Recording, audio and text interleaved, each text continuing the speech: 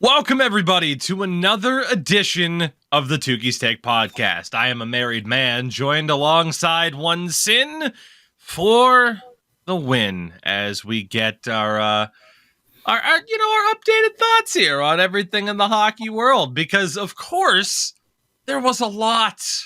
Oh, there was so much said over the past few days, and we're going to try to talk about all of it today if we can. How are you, though, first and foremost? I'm doing pretty good. I'm not married. Not yet. Not yeah. We'll see. We'll see how this one goes.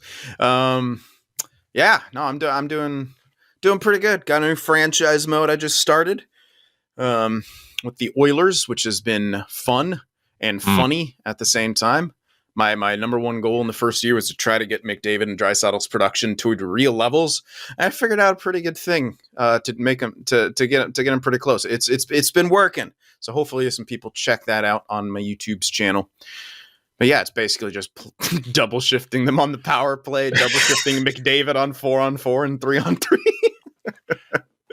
And that's the only and it still doesn't get them to like 150, but better pace, I guess. Yeah. It's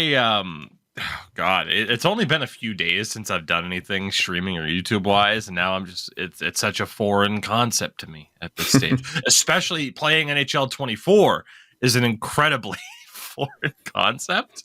I did a lot of trying to catch up on the social media side of things today, just because obviously I have barely had time to look at my phone. And I saw too, like a lot of the JFresh cards have been out now for rookies and stuff like that. And it's like, oh, this was prime roster editing season. And now it's just like, not that I'd have time right now to do it anyway. Yeah. But the frustration level for me in seeing that and just being like, yes, this is what's supposed to be happening. But that game's still in pretty rough shape. Tyia is actually in a good spot in the draft now. I noticed that with this new one, with the new roster. Yeah, so that isn't that funny how certain game changers complain about that and then it gets changed. I'm sure it's just coincidental. It's just a coincidence. I'm sure. Yeah, that's right. Fuck it. Flex on him. I don't give a shit. With that, is there anything else? I don't even know. My brain. This might be the one show, especially where I'm just like I don't even know what's going on. Like it has been a busy few days, to say the least.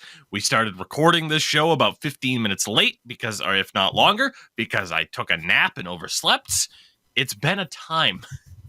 And it's going to be our only show of the week, which means everything's going to happen in the next few days. When I'm gone on this little mini honeymoon, we're going to come back. The NHL would have been sold to a large oil company. The Saudis are going to take over.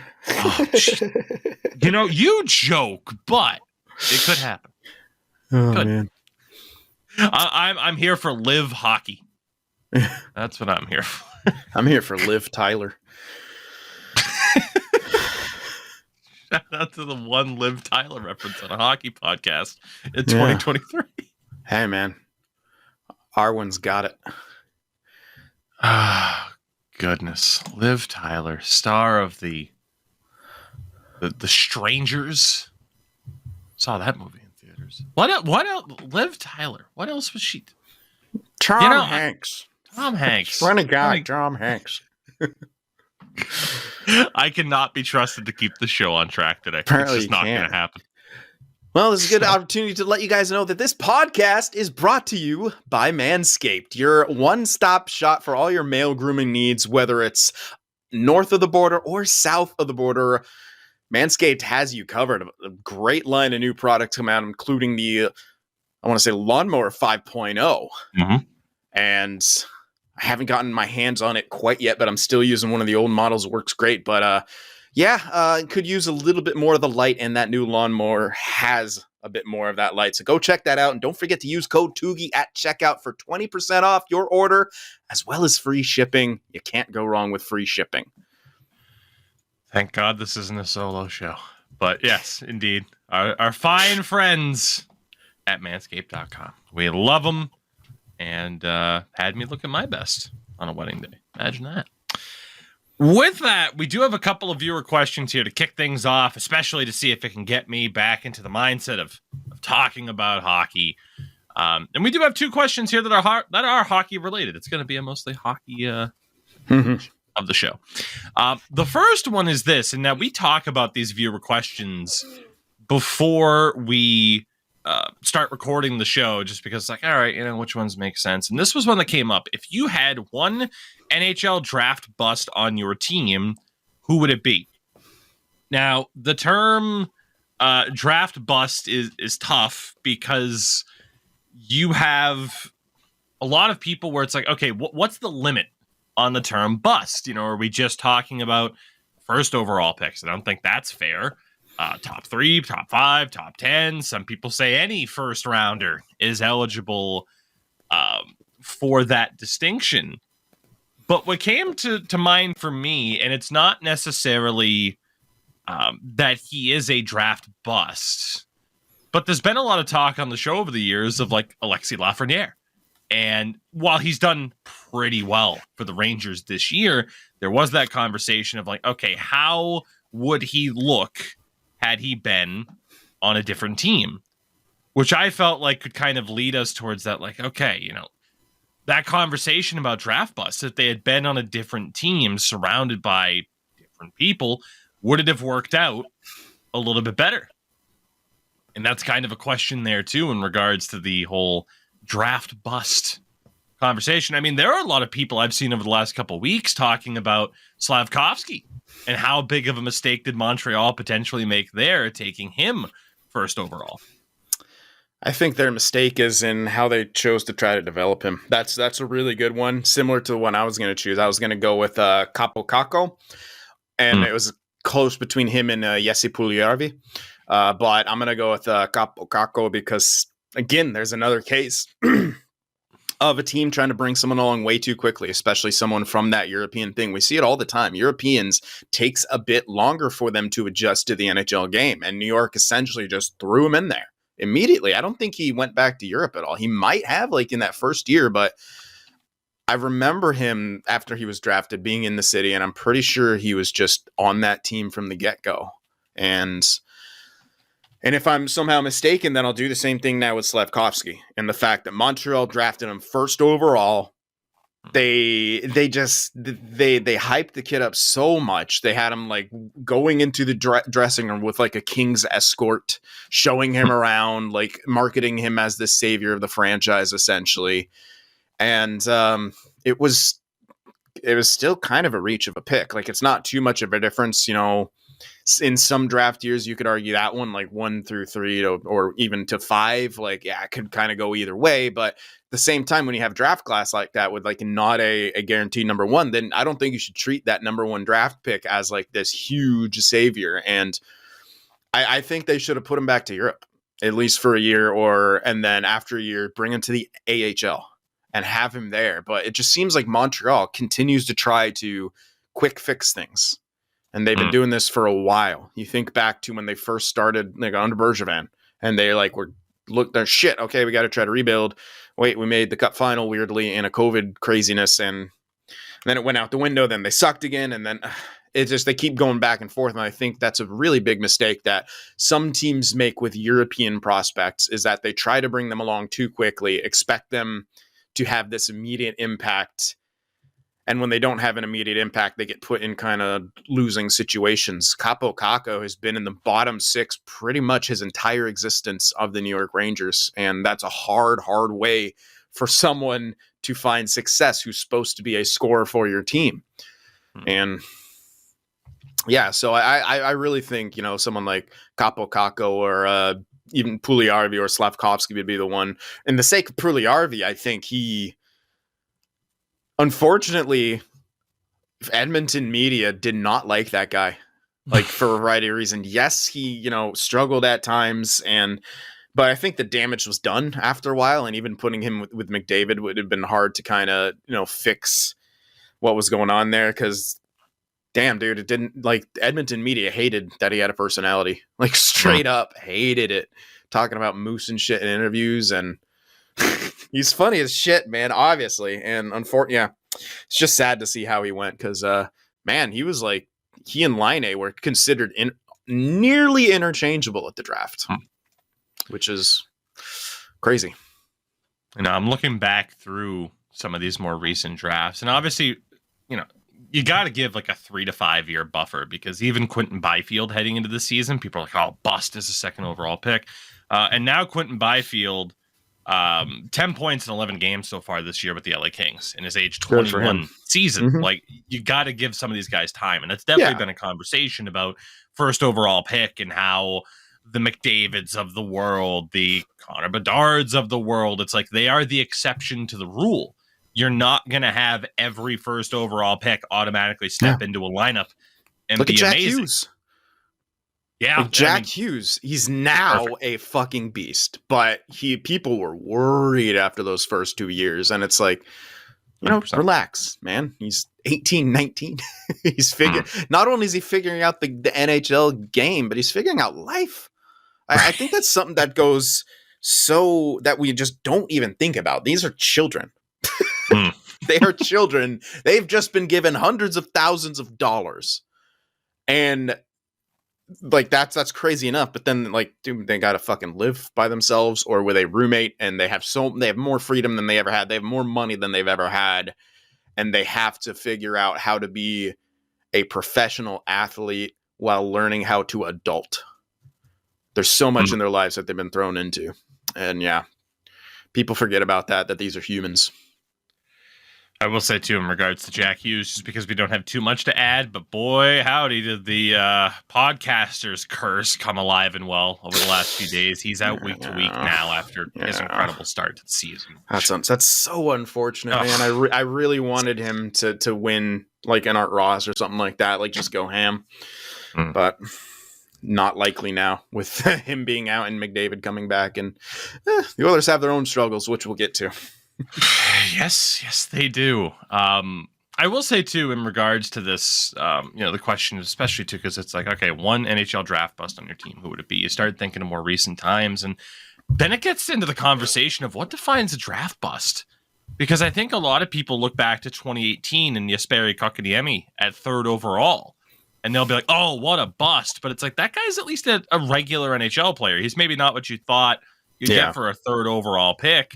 So how does he compare to Troy took someone in that draft we're going to talk about in a little bit too. Yeah, what I would like to say about the Kotkaniemi thing, I would never ever consider him a bust, considering how far Montreal reached for him. He shouldn't have gone 3rd overall. Like, he really should not have gone 3rd overall. Montreal reached because they needed a center. Once again, Montreal doing this thing of like, we're going to make this guy something that he's not because we drafted him here. And then, he's he's doing pretty good. He actually, when they played the Sharks, he attempted a Michigan. So he's feeling confident, man. Point per game player for the Hurricanes right now. Yep. I had to look it up too. Because I was intrigued, and I'm like, Kakko has 2 points in 11 games, man. I just looked that up. Oh, yeah. For Kotkaniemi, I wanted to look it up because I'm like, okay, where was he ranked? And this information comes from Elite Prospects. FC Hockey, a notable draft-focused outlet, had him 13th. McKean's Hockey had him 13th. He was ranked 5th by TSN/Bob McKenzie and was 6th, according to NHL Central Scouting, for that particular draft. So it's a reach. Even if you average that down, he's late top 10. Yeah. So top 5, top 10 pick going 3rd overall. That is how it went. God, though, in terms of answering this question about a draft bust, because then you get you talk about Jesse Puljujarvi a lot, and it's, well, again, of course, this is how we're going to view this, right? Is all these parameters that need to be set. But Jesse Puljujarvi, Olli Levy, back to back in that 2016 draft, they were both heavily affected by injuries. Mm-hmm. So how fair is it to rate them on a certain scale? And it's hard when injuries come into it. I'm more looking at if they were played different, because you can't really control injuries. Maybe they get them anyway. I'm not gonna get into if they were on a different team, would they be injured? That's a little too out there in terms of hypotheticals, I think, because you can do the same thing with Nolan Patrick and Right. Yeah. And then you get into that conversation about guys like Griffin Reinhart, and it's like, was he actually that bad, or was it the system that he went to, primarily with the New York Islanders, where it just didn't work out?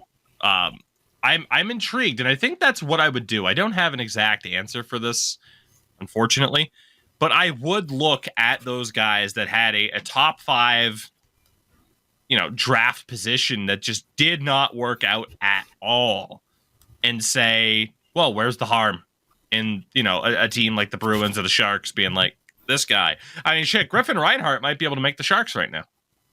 He's still playing. Actually, he's not. He retired. Okay.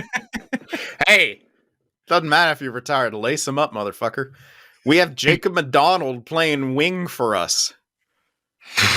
Yo, he got multiple shifts on the first line. But then he got a power play goal. He's got a cannon of a shot, though. Holy. 81 slap shot power in NHL 24, probably. So yeah. Nah, it's probably like 80, 87, but he's only got 60 accuracy because EA loves to do that. There you go. The other question is kind of similar. Who's the first hockey player that comes to mind who isn't necessarily the best in terms of quantifiable stats, but you feel deserves to be mentioned as much as possible? Who is your favorite Ryan Reeves who actually has an impact, unlike Ryan Reeves? Yeah, there you go. This is a tough one because there's been a lot throughout the history, and I'm mostly just thinking of my own team. But do you have something for this? So yeah, that's immediately where my mind went. Is like, okay, who were like those grit players? And it's like immediately my mind went back to like the 2011 Bruins, where it was they do not win that Stanley Cup without the likes of Gregory Campbell, Dan Paille, Sean Thornton chipping away in that bottom 6. Yeah. Obviously, though, if it's a question of more active players, like that is the type of guy I think that you would look for. Maybe somebody who isn't going to put up 30 points in a season, but fits that role of, can contribute in those positive situations. Good penalty killer often comes to mind as well. Because those are the type of guys that you have on every single roster. I mean, even the Vegas Golden Knights, winning the Stanley Cup last season, you have that bottom 6 where it's like, it's not the biggest names in the world, but Mike Amadio was a pretty big part of that team winning a cup, for example. So, you definitely try to think of guys like that, but then at the same time, it's like, okay, we got to think of 32 teams and players that fit that description, and that's where it gets to be a little bit tough. So then I'd almost trend towards the idea of who did I really like in franchise modes? Yeah, that I can be like, I want him on my team. Nick Hague, that's who I want on the Bruins. So it's another pretty tough question. It's really tough, man. Escaped. Yeah, I'm trying to even think back to like when the Sharks were competitive. Yeah. I know one that always comes to mind for me is Mark Smith. And his lovely hair. Yeah, he's one of my favorite Sharks of all time. He's a dude. He was like 5'10", would fight anybody, and he was part of that Sharks 5-on-3 penalty kill where 2 of the players broke their sticks, and they still killed the penalty. I think it was in the playoffs too. So yeah, him. Mike Ricci's another one that comes to mind for me. And I'm looking at that Sharks roster that went to the Stanley Cup final, and he's had to retire somewhat recently due to injuries, but it's like they don't make it there without the Jonas Donskoys of the world, the Melker Karlssons of the world, necessarily either. He played a pretty big part of that team. He did. He kind of fell out of the graces of a lot of Sharks fans because of the contract he got at the end. He was over $2 million, and you can't have a Melker Karlsson on over $2 million. But he was so fucking good before he was on that contract because he played fourth line. You could play him up in the lineup. He would sometimes get the job done, and man, he was such a good penalty killer. But yeah, he was not worth the 2. I want to say it was almost 2.5 that he was making. It was over 2. The David Camp of his time. Yeah, exactly. I was just going to say that. He was legitimately the David Camp. And the same fucking problem arose. He got the contract. We tried to use him more as a third liner. It doesn't work. He doesn't have enough offensive upside. Yet somehow GMs don't learn, but podcasters do. Oh, crazy. Funny how that works. With that, we have a lot to get to in terms of the bigger discussions. Was there one right off the top that you wanted to tackle here? Because we didn't necessarily lock down, like, all right, what order do we want to go in? But there's the good, there's the bad, there's the ugly. Yeah, we just talked about... Oh, sorry. The Sharks. Yeah, then there's the Sharks. We just talked about Camp, so I'd say we could start with the Leafs here. Because there's a lot to talk about in regards to them throughout the entire week. Yeah. And about responses. So where do you want to start? We can start with the Leafs, who we're right back. Today the news was that they're finally calling up Nick Robertson, which is great. But then they sent down Holmberg. They did. So, they just got to work on the right combinations and they'll be fine. Jesus. So the biggest thing for the Leafs really stems from their game against the Bruins, a game that I did not get to see because of just how damn busy I happened to be. Not a real fan. Not a real fan at all. Yeah. Like, hold on. Okay, Pasta scored. I do. Like, I don't think that would have gone over well,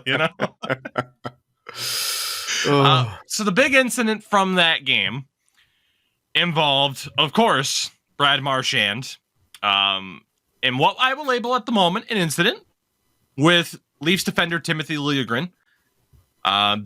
Said incident resulted in Liljegren suffering an injury where he will, quote, miss significant time was the word after the game. I didn't see if there was an update on just how much time he's going to miss. There was the immediate conversation in regards to the play itself. Is it a penalty? Was it a slew foot? Was it a hockey incident, essentially? We'll look at Marchand's stick between the guy's legs, but Liljegren's the one who initiated the contact by leaning back into Marchand to posture up, and I don't... And there might be someone who's like, it's a cop defending the Bruins by not having a stance on the matter, but I really could view the hit either way, or the incident either way.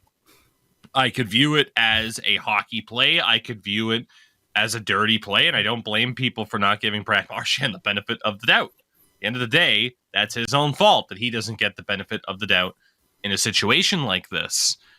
I think for me, a play like that, because of the inconsistency of the league, that is still a play that you look at it, like, it could be viewed this way or it could be viewed this way, instead of just universally like, well, it meets this set of factors. It's a clean play. It's a dirty play. Here's why. And we consistently view it that way. That doesn't exist. So I've seen a lot of viewpoints where I'm like, oh yeah, no, I agree with them. Yeah, it's a dirty play. And then I'll see the counter. It's like, oh yeah, no, I kind of agree with their points too about why it's not. I don't have a solid take on it. I have a take on the aftermath, but the hit itself, the incident itself, I don't necessarily have a take on. I do. Yeah, Liljegren, he initiated contact. The slew foot argument doesn't make sense for me. I don't know why that was even brought up, because the first thing I saw when I looked at that play, I'm like, oh, it's a can opener. And maybe... Yeah, like you said, Marchand's not getting the benefit of the doubt. I think it was really, really bad play by Marchand. That being said, what are the Leafs going to fucking do about it? What are you guys going to fucking do about it? You got a 5'10" guy, and I don't think it was intent to injure, but I don't put it past him to fucking do a little thing with his stick to get the advantage in a play. He's been doing it his whole career. He's gotten slightly better. Like, yeah, he's not as fucking outright dirty as he used to be. I'll give him that. He picks his spots really well. Yeah. But yeah, I think it was a very, very borderline at best play by Marchand. I like him as a player. Don't like to play against him. But yeah, the main thing is if you're the Leafs, where's your what do they call it in the offseason? Snot and then piss and vinegar. Mm-hmm. And yeah, you're a different team now. Not only you brought in those guys, you're now a different team because of them. Mm-hmm. Yeah, that's not the case. It's not. I did watch the Steve Dangle LFR. I watched basically every single one. But I did watch this one as soon as I possibly could, given what I missed from the game. Which, by the way, that's the one. I can't imagine another one topping this one. At least that's non-playoff. That was a good one from Steve. The one after was pretty good too when they lost again. Oh, see, I haven't seen that one. What yet, a response! Oh yeah, I'm gonna have to watch that one. Okay, so you had so many different factors to the lack of pushback. You had Tyler Bertuzzi on the bench while Marchand's jawing with Ryan Reeves, and Tyler Bertuzzi's laughing. And a lot of people were pissed. Steve especially labeled it as like, oh yeah, you're still practically on the Bruins, Tyler. Isn't that funny? To the point where Bertuzzi... But yeah, continue. To the point where he was quoted afterwards as saying, people can perceive that incident of me laughing however they want. I'm not going to explain myself, which likely made the situation worse in a lot of fans' minds of like, oh yeah, cool. No, you're not even going to defend that. That's great. But you had Sheldon Keefe, the head coach of the Leafs, after the game saying, quote, I hated everything about it, referring to the lack of response in the aftermath of Liljegren's injury. Says some may not have noticed what happened in the moment, but players/coaches discussed it the day after. And like the craziest thing to me in all this was that they had Reeves on camera. They have that guy on camera so fucking much for the amount of time he plays. It's absolutely insane. And he was like, oh, we addressed it, blah, blah, blah. Like, I'm like, why? Like, first of all, why are you the fucking spokesperson? And second of all, fucking do something. You're the guy. You're being paid $1.3 million for 3 years, lol, to be not only someone who responds, but to be a deterrent. And you are neither of those things right now. You played 2 games in the beginning where you actually kind of acted like it. But even then, he's a fucking fraud. Ryan Reeves is a fraud. He's not very tough. He's not that good of a fighter. He's just bigger and stronger. He wrestles fuckers to the ice. He's a fraud. I laughed today when I looked at the end of the year stats and Ryan Reeves had 19 fights. And I'm like, bro, he has 22 in the last 5 years. Not a fighter. He doesn't do much. He comes there. He acts tough. He says shit. He doesn't do it. He doesn't talk the talk or walk the walk after he shows it for a couple of games. He does this thing. He does this thing, and then he just seemingly rides that wave for the rest of the season, and another team takes a chance on him. Remember when Pittsburgh traded a fucking first for him? And he was outdoor, I want to say even less than a year later, if not just a year later. Yeah. He's a fucking fraud, man. I think at a certain time, there was that thought, I'd say even heading into the season, that he doesn't fight a lot because people don't fight him because they know the consequences happen to be you're going to get your face punched in, so I'm not even going to bother. They don't respect him. At the same time, you could view it that way, and I think more people do now, as to where, why would I fight you? That's a good trade-off for your team. There was the stat line. I don't know if this is outdated after their last game, but the Leafs have been outscored 7-0 when Ryan Reeves is on the ice this season. And then you get into the quotes that, to me, has stripped away any remaining, and the word's escaping me at the moment, but really any remaining mystique surrounding Ryan Reeves. And, oh, how you don't want to fuck with that guy. This comes from Mark Masters.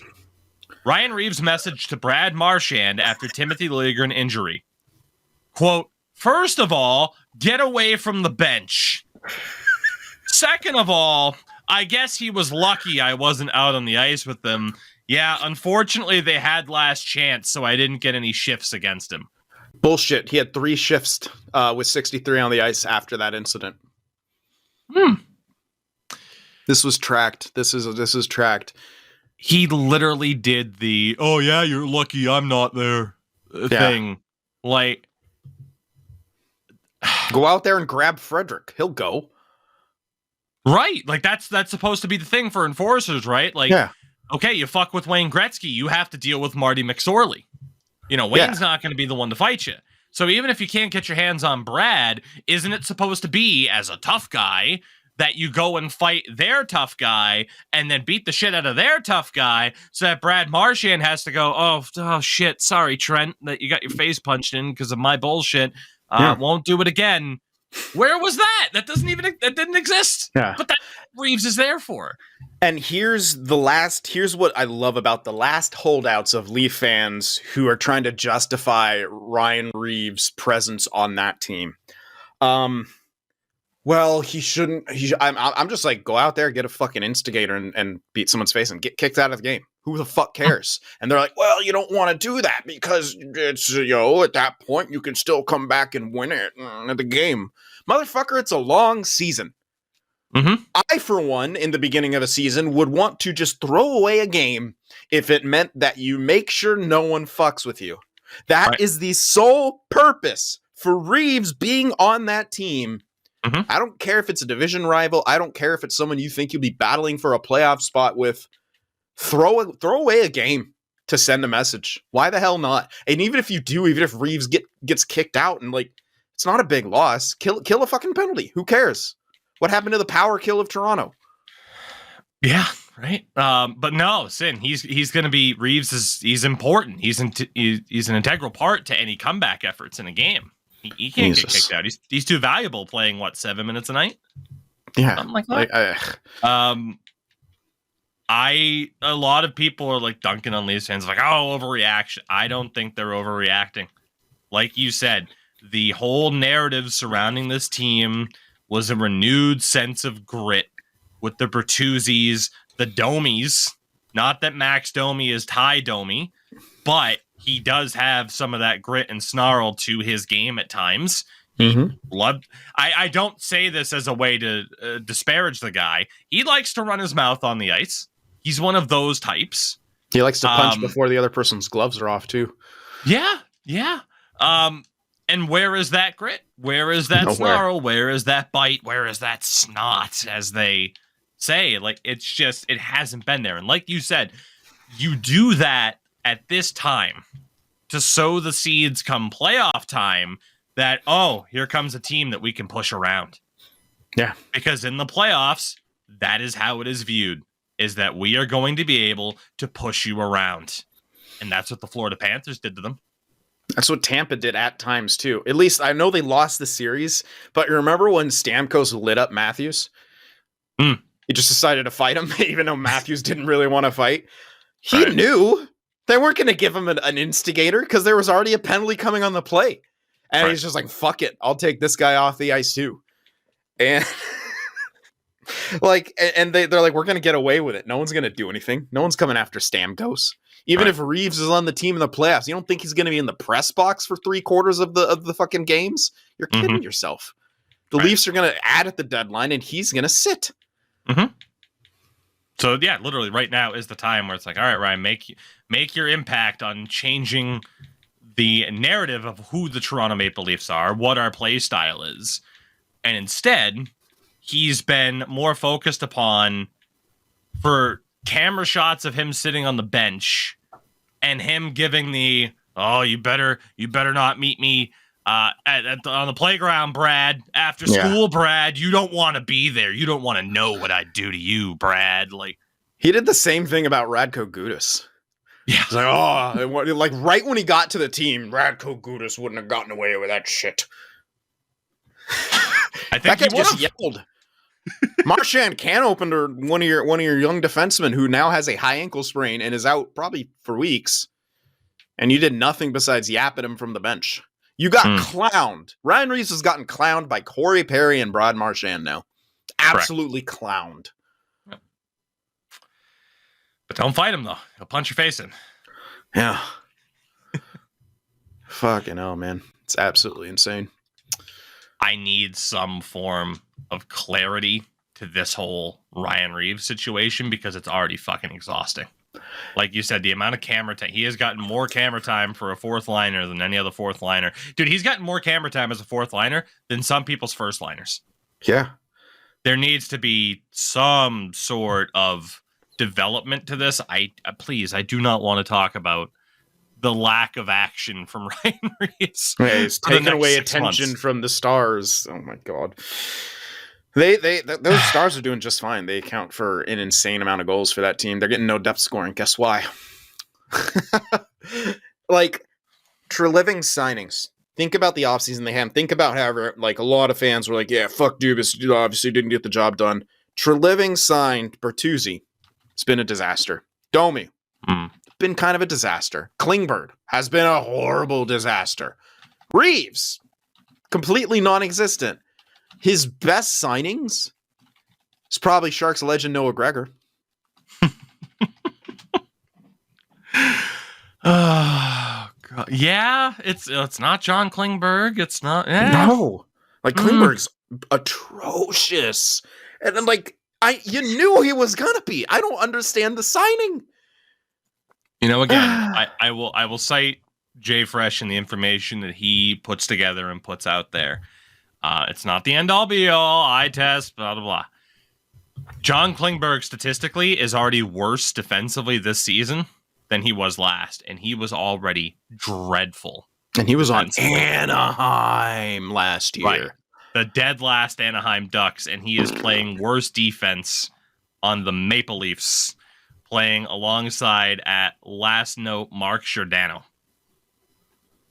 $4.15 million against the Cap. Oh, he's with Giordano. Oh, is Giordano up in the top four? Or does Klingberg down? Yeah, Gio's playing on the second pair. That's right, because of all the injuries. Oh my god. Yep.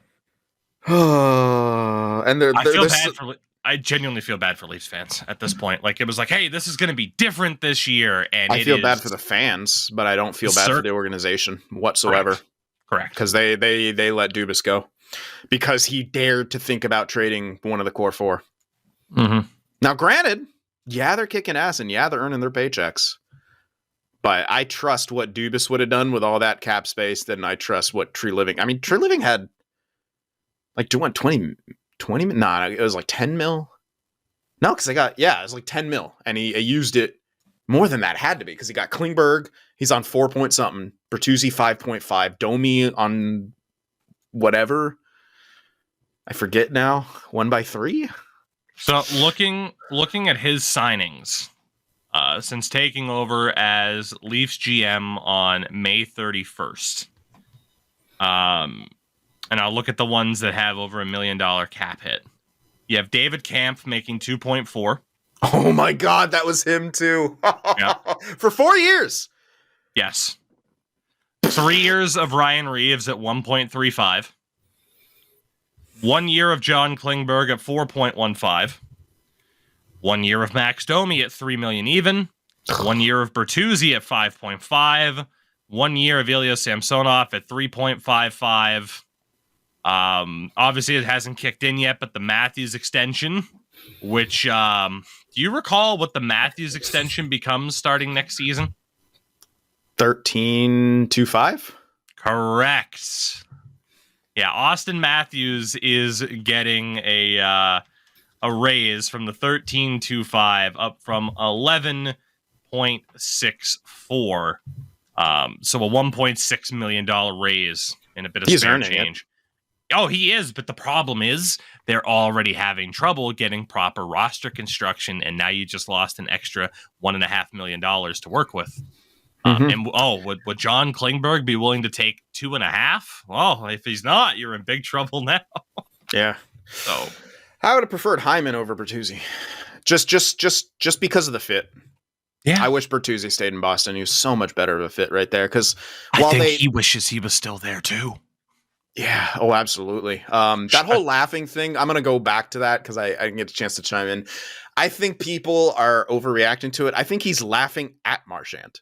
because he was just teammates with him. I'm sure Marchand is saying every crazy thing under the sun, and Bertuzzi's like, "You're such a nice guy." Like, what are you talking about? Like, probably, I'm sure he's like, "You're so full of shit." Like, but I understand why everyone's freaking out about that, because no one responded, and to see someone laughing right there is bad optics. And then Bertuzzi does what Bertuzzi's going to do and is a little shit about it. He's like, "Fuck you, media. I'm not answering your shit. I don't need to explain myself." Which that's what you fucking signed. You signed that guy to be that guy. Now you're pissed at him because he said "fuck you" to the media, because now you want an answer. You get to decide when you want someone to be this, this shithead out there, and decide when he shouldn't be, and answer questions right. It's the same circus with a different ringleader. Mm-hmm. It just never stops for Toronto. Yeah. And it's obviously there are plenty of situations a team can find themselves in where it's just like, oh God, it's just mentally exhausting for the fans. Toronto never fails to disappoint, to just put a new spin on it, basically. I don't know how they do it, but they always do it. You mentioned Radko Gudas. So I want to talk about his new team. Because you see, he made sure to get almost geographically as far away from Ryan Reeves as he could.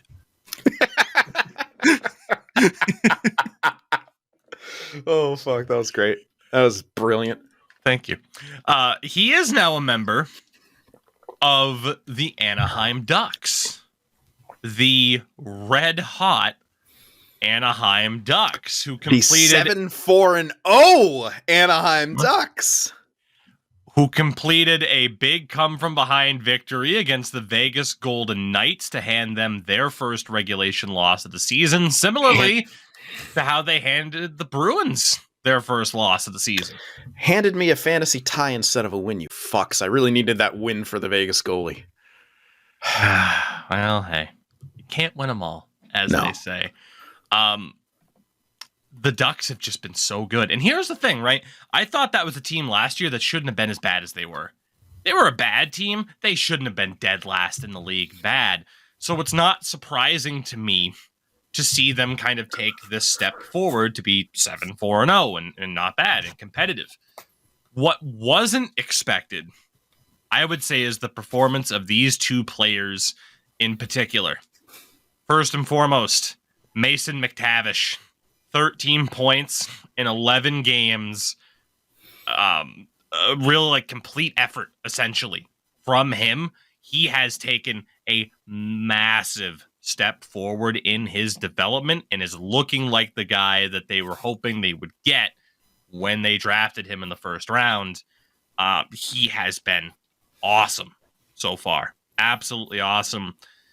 And perhaps even better. And we mentioned this guy on the last show when we were talking about awards. And this guy, I don't think anyone should be surprised at this point if he finishes as a Calder finalist. If he keeps up this pace, I think it would be undeniable. And that is 19-year-old Pavel Mintyukov. 8 points in 11 games. Has more points than Connor Bedard, which is kind of funny. He's tied for the NHL lead in rookie points and assists. And his teammate Sam Carrick said this, quote, "It's hard to believe at 19 years old how comfortable he is out there. He's going to be a stud for a lot of years in this league, no doubt." We said how some people are saying, like, oh, it kind of feels like another Moritz Seider. Those were the quotes you were seeing about Moritz Seider when he joined the Red Wings. Holy shit, what a pick for the Ducks. And even if, look, they could end up being a middling team this year, this is what they needed after. Look at the division they're in. Yeah, right? Middling could be playoffs, man. That's fair. That is fair. This is just so perfect for this team, right? To have them performing at a higher level. They re-signed Trevor Zegras. You obviously added in Leo Carlsson as the second overall pick this year. He has 4 points in 7 games. That's really not that bad when we talked about earlier how difficult it can be, especially for European players, to take that step over. To have McTavish develop like this, and again, to have a 19-year-old defenseman who was, the 10th overall pick in 2022, to have him playing at this level already. I mean, again, Ducks fans have all the reason in the world to be happy. Like you said, it might be good enough to make the playoffs this year. But this is the okay, if we're going to suck, can we at least see some signs of life and promise and hope for the future? And they have that in a variety of different ways throughout that lineup right now. Yeah. I've been a big Mason McTavish advocate for a while. Simply because I remember, I can't remember what we were talking about, but we were like, oh yeah, the centers for the Ducks. I think it was when we were going over the before season thing on this, and we mentioned Zegras. I cannot remember who was mentioned as like the 2C or whatever. Maybe we even brought up Carlson. Like, oh, imagine the middle. You got Zegras and then Carlson, and I was just like, hey guys, Mason McTavish. And I'm very happy to be a little bit vindicated on my being very excited about Mason McTavish, because he's looking like an absolute stud. And the Ducks, this is the year where even if they don't make the playoffs, even if they fall off, this is the year where they have started to turn the corner on their rebuild. And good for them. Good for my one of my best friends I've known since elementary school, who grew up on the street together, who's a big Ducks fan. Yeah, it's just good to see them clicking, and the amount of young talent that they have. Thinking where LA's at, Sharks obviously a few years behind both of these guys, but I don't know, man. 2028, the California Gauntlet's back, baby. It's funny. You mentioned the Pacific, and I'm looking at it. Like, obviously, Vegas, they're going to be a playoff team again. They're 11-1-1 on the season. Yeah. They're still tremendous. Genuinely, right now, it's November 6th. You ask me, hey, do you think the Vegas Golden Knights or hey, guess what? I'm from the future. The Vegas Golden Knights win the Stanley Cup again. They go back to back. I'd be like, okay, sounds about right. Like, they are still constructed to do so. Not that Sim would be happy about it. No, I'd hate it. But they are constructed to do so. Just make sure I'm in Finland again for it, if that bullshit has to happen. The Vancouver Canucks are another team that deserves a big shout out. I was going to mention this when we talk about another team in that division, but they are 8-2-1 on the season. It is the best record through 11 games in the history of the franchise. Nobody expected this, because you head into this season with the Canucks and the questions of like, oh God, well, there's still the JT Miller contract, and just a team with a lot of questions, essentially. Pettersson's an RFA at the end of the year, and they've been really, really good so far. Again, you think that line of the best start in franchise history through 11 games. You think about those Canuck teams at the end of the 2010s, the early 2010s, the Sedins, the Ryan Kesslers of the world, Luongo in goal. And even they didn't start a season by winning 8 of 11 games. How did they not? Right. It's just one of those like hockey math things that just doesn't compute. Los Angeles is still going to be right up there in contention. You would imagine. They made the playoffs last year. A lot of people are still worried about their goaltending, of course. But yeah, then there's Anaheim. And when you have the teams below them, Seattle, Calgary, Edmonton, especially, because we didn't view San Jose as a playoff threat at all, and especially don't now. But when Seattle, Calgary, and Edmonton are 3 teams where it's like, yeah, they should be pushing for playoff spots, and those teams have a combined 9 wins on the season, that's maybe opening the door a little bit for Anaheim to be ahead of schedule. It could be fun. They could find themselves in that situation. I think the primary example I always think of is when the Leafs made the playoffs like a year or two earlier than people thought they would, and nearly beat Washington. At least they gave Washington a really competitive series. That could be Anaheim's role this year. Yeah. So, for Ducks fans, plenty of room to be excited. We might as well stay in the Pacific. Sure. Because there's 3 notes here. Now, there was this one. I didn't see too much in regards to this, but I know it was a talking point. It's in regards to the Seattle Kraken. Where one of their trainers became the first openly out person on an NHL bench, Justin Rogers. Which, first and foremost, tremendous bravery at a time like this. So fair play to you, Justin. Beyond that, I don't care because you're just living your life and being you and not hurting anybody. So what the fuck do I care? But a lot of people on the social media side of things were like, oh, the NHL is celebrating this on their social media accounts after their bluff was called about Pride Tape and everything that's kind of happened this year. And now you're going to be like, yeah, we support you, Justin. Bullshit. Do you? Do you, though? And there's a disconnect, obviously, between whoever's running the NHL social media accounts and stuff like that. I'm not surprised that the person behind those accounts or the people behind those accounts actually do indeed support Justin Rogers. But does the NHL, I don't think they do. It feels just a little bit gross. Only if it's convenient. That's the NHL. Only when it's convenient. The NHL is essentially a U.S. politician. The second something becomes safe to fucking support, they jump on it. And even when they are caught being the biggest hypocrite in the world, they are somehow able to just shamelessly do that shit. That pissed me off so fucking much, and I'm glad to see I wasn't alone in being absolutely pissed off by that. They were getting torn up in the quote tweets and in the tweet replies as well. And fucking deservedly so. And I know the person who runs the account doesn't deserve it. As you said, they may in fact be a supporter of that.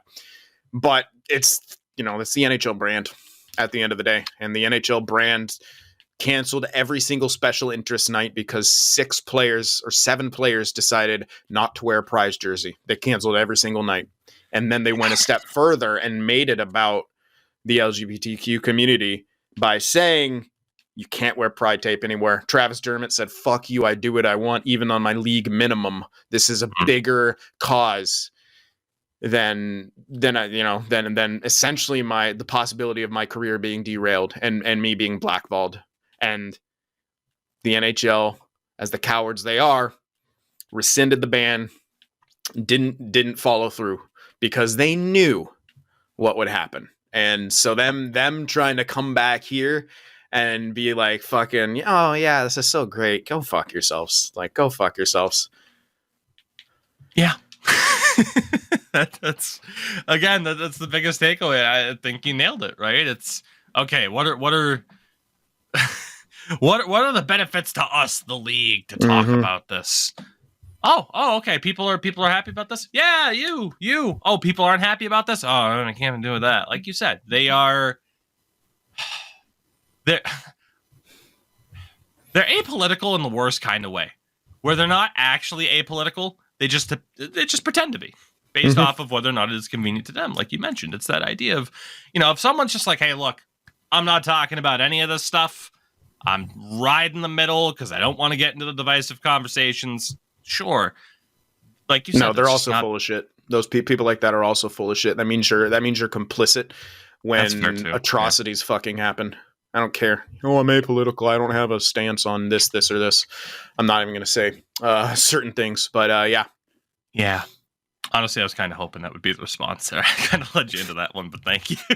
It's like, because that was the main thing that I saw is people being like, oh, what's the matter with people kind of riding the middle? It's like, well, you just kind of said what the problem is with people riding the middle at this stage is, hey, in this specific instance.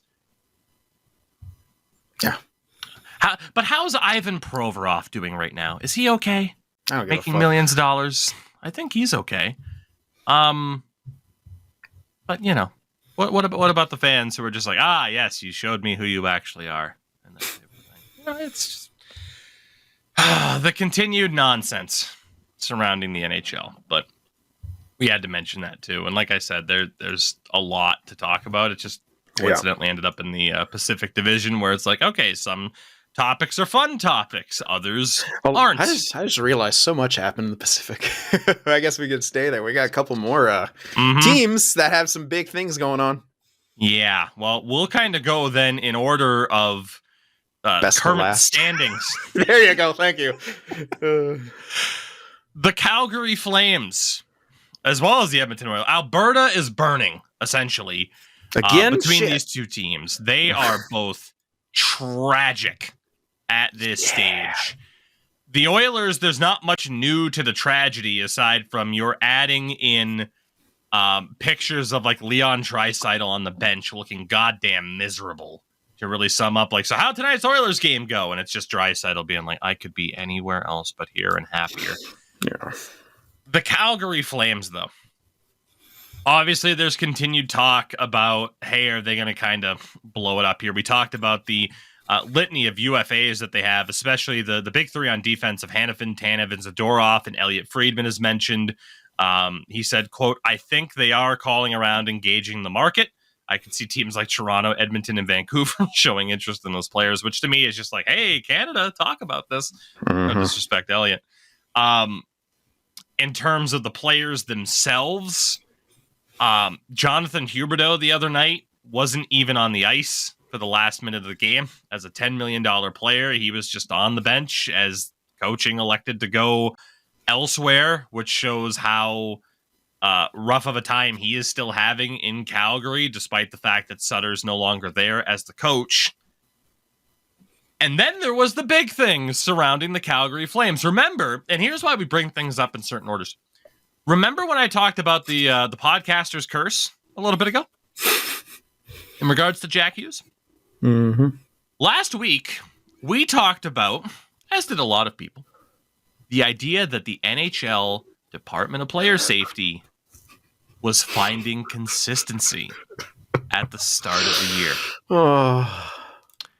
And then Andrew Mangiapane did his best impersonation of a guillotine and gets one game. One game. For a very similar incident that Jamie Benn. But you see, Tougie, he missed most of that game too. So that could be added into the suspension, right? We'll prorate his suspension. But remember, guys, playoff games are worth twice as many regular season games. Right. So still doesn't fucking add up. That's boy math. NHL boy math. Any goodwill that the DOPS had started to kind of build up of like, oh yeah, 4 games for the McAvoy headshot. Okay, yeah, 4 games for that. All right, cool. And you just blew it. Like, you just blew it. And I'm sorry, but my thought was, we have talked so much about safety in the past week and a half because of the Adam Johnson situation. To the point where, by the way, we had another note because there was a clip circulating. Washington played Columbus and Tom Wilson hit Boone Jenner. Oh, and what happened to Boone Jenner's skate? Oh, it went up in the air because that happens all the fucking time in hockey games. And the conversation surrounding hockey has been safety. TJ Oshie, Rasmus Dahlin, multiple Penguins choosing to now wear neck guards without it being an enforced thing. You have Marty St. Louis, the head coach of the Habs, being quoted as saying this: when I was younger, I took a puck to the eye. To this day, my left eye still isn't the same as my right. I watch the game today and wonder how I ever played without a visor. When he was asked about, hey, changing in the evolution of protective gear. And then you have something like this, where it's like Mangiapane, again, a cross-check to the neck of a downed opponent, 1 game. You have the clip of Gustav Nyquist picking up his fucking teeth off the ice after getting high stick. And people are like, oh man, that's hardcore. This is gnarly. And it's like, no, it's fucking stupid. Yeah. It is. It's fucking stupid because you have. I'm sorry, I don't have sympathy for Gustav Nyquist in that situation because you could choose to wear a piece of equipment that would save you time in the fucking dentist's office, and you don't do it because it fogs up a little bit, or I didn't grow up wearing it, so it's kind of weird. And us hockey players, we're really a superstitious bunch. It's just this like continued back and forth between. Are we actually serious about player safety here? And it's conflicting with the people who are just like, nah, dude, that was fucking cool, man. He's picking teeth up off the ice. He's fucking great. Or, man, Marty St. Louis, what a warrior. He admitted to getting hit in the fucking eye, and he still played. He's a Hall of Famer. Look at that fucking guy. That's a man right there. They're not men in today's league. I don't know. I just couldn't help, and maybe I'm wrong for kind of viewing this all wrapped up into one kind of thing, but the Mangiapane thing, it's like, cool, here we are having serious conversations about player safety and the evolution of it, and then you give a guy one game for an action like that. I'm gonna ask or bring up a point which I think may have contributed to this. Both Rasmus Anderson and Charlie McAvoy appealed their suspensions. I believe both were upheld. Yes. But I wonder if the DOPS is like, we don't want to fucking keep getting all these appeals. Honestly, you might be onto something. It might be. I mean, the NHL hates. I feel like that has to be part of it. Both of them were appealed, and now the DOPS is like, I guess we got to back off on the whole safety thing. No, like, keep setting the standard, and then guess what? They won't appeal anymore. It's the same thing of call cross checks the whole time throughout the year, not just the first 10 games. They'll learn and not do it anymore. Mm-hmm. Fuck! But they're like, oh, but I feel like I'm taking crazy pills. It's the thing, though, too. It's like, it's almost counterintuitive, like the NHLPA's role. Because obviously it's like your role is to stand up for the players. But like you've talked about before on the show, okay, we're going to stand up for Andrew Mangiapane here to only get one game. What about the guy who got fucking hit in the neck? Yeah. Oh, we're going to stand up for Charlie McAvoy to not miss 4 games. What about the fact he fucking brained Oliver Ekman-Larsson? Yep. Like, what about him? But so much of their focus, because of how the suspension system and the fines and all that is set up, is for them to defend the offender as opposed to just being like... defend the money. That's what it is. So it's just a really fucking weird system and setup that they have in the league right now.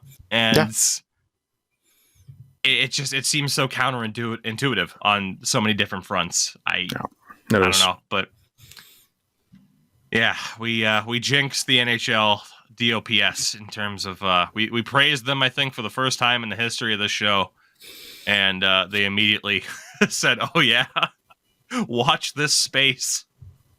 So, good job, George, killing it.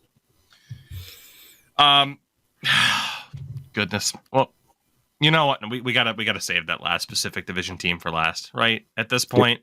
Well, who else do we have to talk about on? Oh, you know who we have to talk about in the Pacific. In the Pacific. Who the fuck am I missing? Okay, go. Who? Well, it's an AHL level team that we have to talk about. But I thought you said you were saving that. Yeah, but yeah. Okay, I thought we had another Pacific team to talk about before that. No, okay. No, okay. So we're not staying in the Pacific. That's fine. I think we should save him for last, right? Fine. Yeah, I got a lot to say. I think we should. That'll be fun. A couple other notes really quickly. And first and foremost, because I mentioned the whole Adam Johnson thing, by the way, the Nottingham Panthers, as well as having a memorial for him this weekend, they are also selling a memorial jersey with the proceeds going to his family. shop.panthers.co.uk is the link for that. They're selling it for €47, which was his jersey number. More than affordable. They have been bombarded with orders, so it'll take a while for it to get there. But I cannot think of a better use for money on a hockey jersey than this one, essentially. So if you want to, again, visit the Nottingham Panthers team store and get that Adam Johnson tribute jersey with, again, proceeds going to his family. God, you know what? I debated how do we bring up this topic and when, but I can rip the Band-Aid off really quickly. In fairness, both of these next two topics suck. For the Carolina Hurricanes, Freddie Anderson, their goaltender, is going to be out for an undetermined amount of time due to a blood clot issue. The team has signed veteran goaltender Yaroslav Halak to a PTO and will likely end up signing him. How the fuck was he not signed before? I love Halak. He's solid backup. Whoa. I don't know. Okay. You got to give those spots to Phoenix Copley and Cam Talbot in Los Angeles. just all we can say at this point is best wishes to Freddie Anderson. He is not the first player that we've seen have a blood clot issue. If I'm not mistaken, it was the reason why Pascal Dupuis had to retire a little bit earlier than he would have wanted to. Just a scary, scary thing. But at the same time, you're thankful that it is somebody in that position who has the access to the medical care and everything that otherwise this could have been an undiagnosed thing. And then who the fuck knows? So at the very least, like, okay, his hockey career at this point is secondary. At least he's going to be getting that attention that he needs. So best wishes to Freddie Anderson. And then there's Chicago. Okay. Again, like there's so many different things. I don't want to say we have limited time today, and it sucks because there is part of me that's like, have we bounced around from one topic too many? But our kind of more recent show format of like big topic, smaller topic didn't quite fit with how much we had to discuss today. And even in that format, where the fuck would we pencil this in to be like, here's the perfect time to talk about this? Because there isn't a perfect time to talk about this. But it's been in the past week that people were joking, obviously, about the fine dealt upon the Ottawa Senators for the Pierre Dorion flub of the Dadonov no trade list and the trade with Vegas and then the Knicks trade with Anaheim. Dorion loses his job and the Sens are going to potentially lose a first-round pick if the NHL doesn't renege on that punishment sometime in the near future. And a lot of people were making the comparisons of LOL Chicago 2 million. Well, we'll see what happens to Chicago this time because, as reported on by Philip Thompson of the Chicago Tribune and summed up by TSN's Rick Westhead, because the Chicago Tribune is a subscription-based website. A former member of the Blackhawks Black Aces squad, for those who do not know what that is, it is essentially the healthy scratches for the playoffs. Guys that are called up that you often see in the box that are on the playoff roster, but are the guys that typically do not get into games. That's why I say when the Washington Capitals won, Shane Gersich is down on the ice with the Stanley Cup, which is really cool for him. But a former member of the Blackhawks Black Aces squad and teammate of Kyle Beach has filed a lawsuit in which they allege that former video coach, I don't even want to say this fucking guy's name. Fuck him. Quote, he's not in prison. Yeah. That's great, isn't it? Quote, groomed, harassed, threatened, and assaulted him, and that the team buried his complaint to protect their 2010 Stanley Cup run. The former Blackhawk, referred to as John Doe in court documents, is represented by a law firm which represented high school football players in a 2021 lawsuit alleging they were sexually assaulted during a hazing trial. Attorneys for John Doe confirmed... Ritual. Sorry. I didn't want people to hear court and then hear trial and be misunderstanding. Sorry. Yeah, you're right. I just totally misread that. My bad.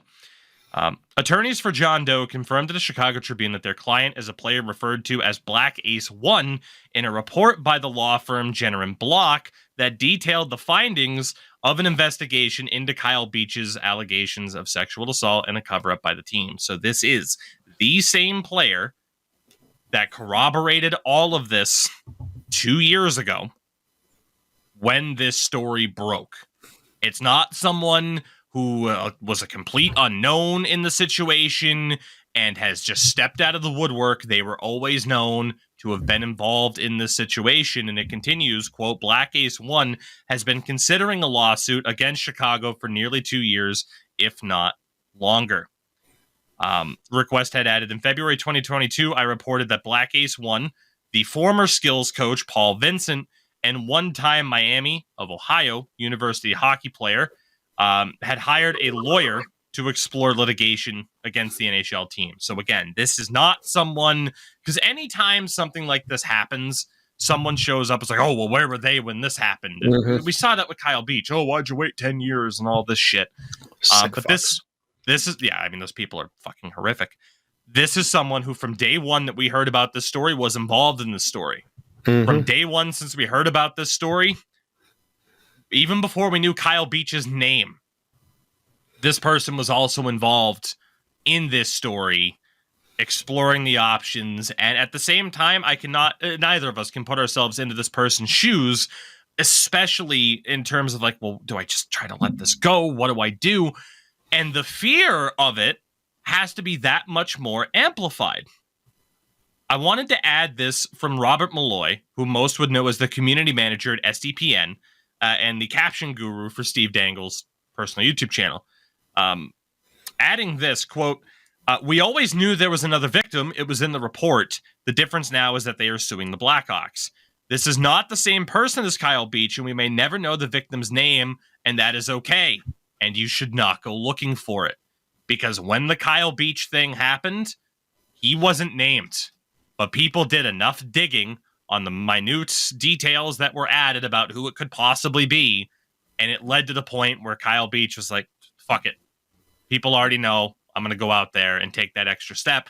And that is something where if you are Black Ace 1, that's a fear, is the idea of like, there's a very good chance through this going to court that I'm going to be named. Mm-hmm. And having to deal with that, of your name being out there. We saw what people were saying about Kyle Beach. I don't know of too many people that are like, yeah, I'm willing to sign up for that. You know? He was being blamed. Fuck you guys, man.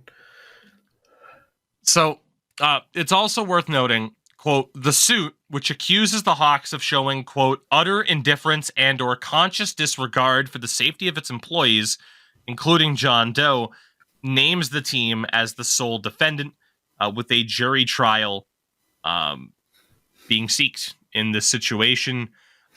Lawyers for John Doe said today that they are suing Chicago for, quote, well in excess of $300,000 worth of damages, and addressed why it took years for Black Ace 1 to pursue a legal claim, with lawyer Anthony Romanucci stating, quote, he feels an intense amount of personal shame, guilt, and embarrassment, and it took him a long while to reconcile. Which is exactly what Kyle Beach said, for just how long it took him to get to that state mentally of wanting to face this and not just being like, I'm just going to try to let it go and move on with my life. And sometimes it takes people a while to come to the realization that they have suffered that trauma. If you actually listen to survivors of sexual assault, some of them are like, it doesn't even hit them. Until days after, weeks after, what exactly happened. Your brain has a way of blocking out various traumas and coping with things, and just because it does, it's a weird defense mechanism that your brain has, especially when you're younger. And again, there's so much stigma around sexual assault as it is, but even more so when it is a male being sexually assaulted. Mm-hmm. Because they should be able to fight this person off, or they should do this. They should do this. It's so much victim blaming going on, and as it is for women too. Why are you wearing this, or what? All the bullshit that people try to show up, and you heard it from Kyle Beach already. How does a guy who's 6 foot and 200 pounds get sexually assaulted? And I was, again, I'm not going to go too much into it, but I was reading some of the things and some of the events that took place of fucking piece of shit guy who should be in prison, trying to enter a sexual encounter that Black Ace 1 and a girl were having. Going into their fucking room and trying to enter this and stuff like that. And so yes, if you're younger and around this weird, crazy hockey environment, maybe that doesn't occur to you as something that's terribly wrong at first. Especially with all the hazing and other stuff that we know goes on in hockey culture and stuff like that, crazy parties and whatnot. But again, many people, especially guys, are not taught the ins and outs of consent.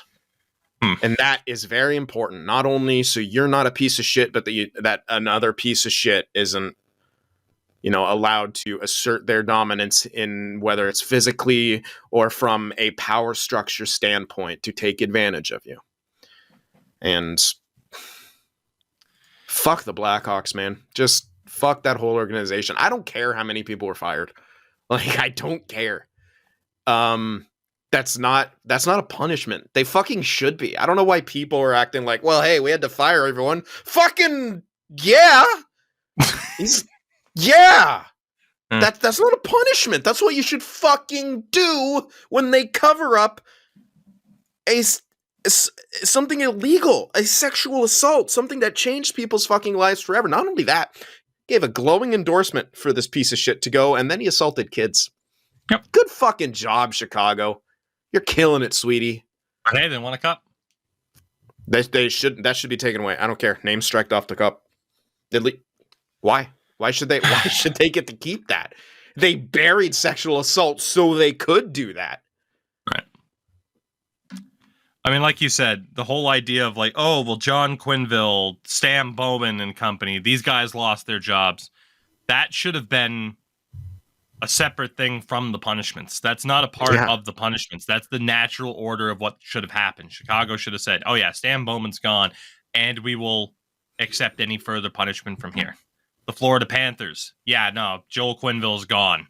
Obviously, we're not going to face any further punishment because we weren't involved. But yeah, we have no problem getting rid of this guy as our head coach because that's unacceptable, obviously. Like, we knew this story wasn't likely to go away just because it's been over 2 years now since it initially broke. Yeah. But it's just,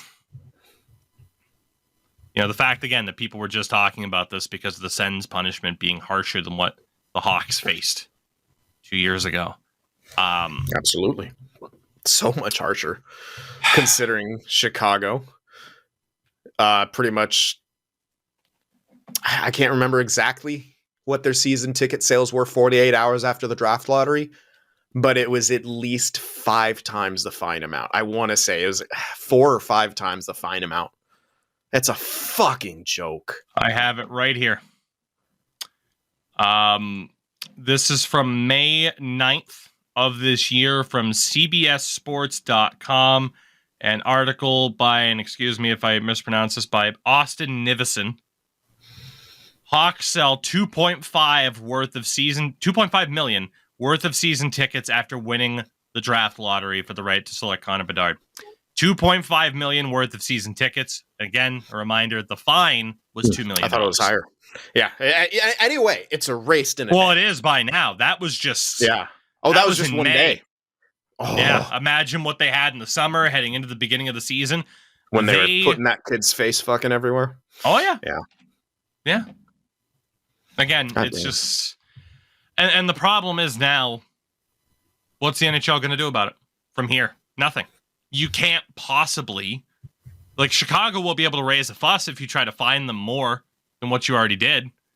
What, are you gonna punish us again for something you already punished us about? You know for a fact they will fight that. I just don't see what happens here beyond... my guess, and it's way too early, and it might not even be fair to do, but my guess is they just find a way to reach a settlement, pay this person off to just be like, go away, we don't need this. Because that's their attitude. That's their attitude. Even though Rocky Wirtz has passed away, that's still the attitude. And it's not even necessarily, because again, we talked about, the idea of Rocky Wirtz's response, and again, we talked about the Mark Lazarus thing, and we're moving on, and all this shit.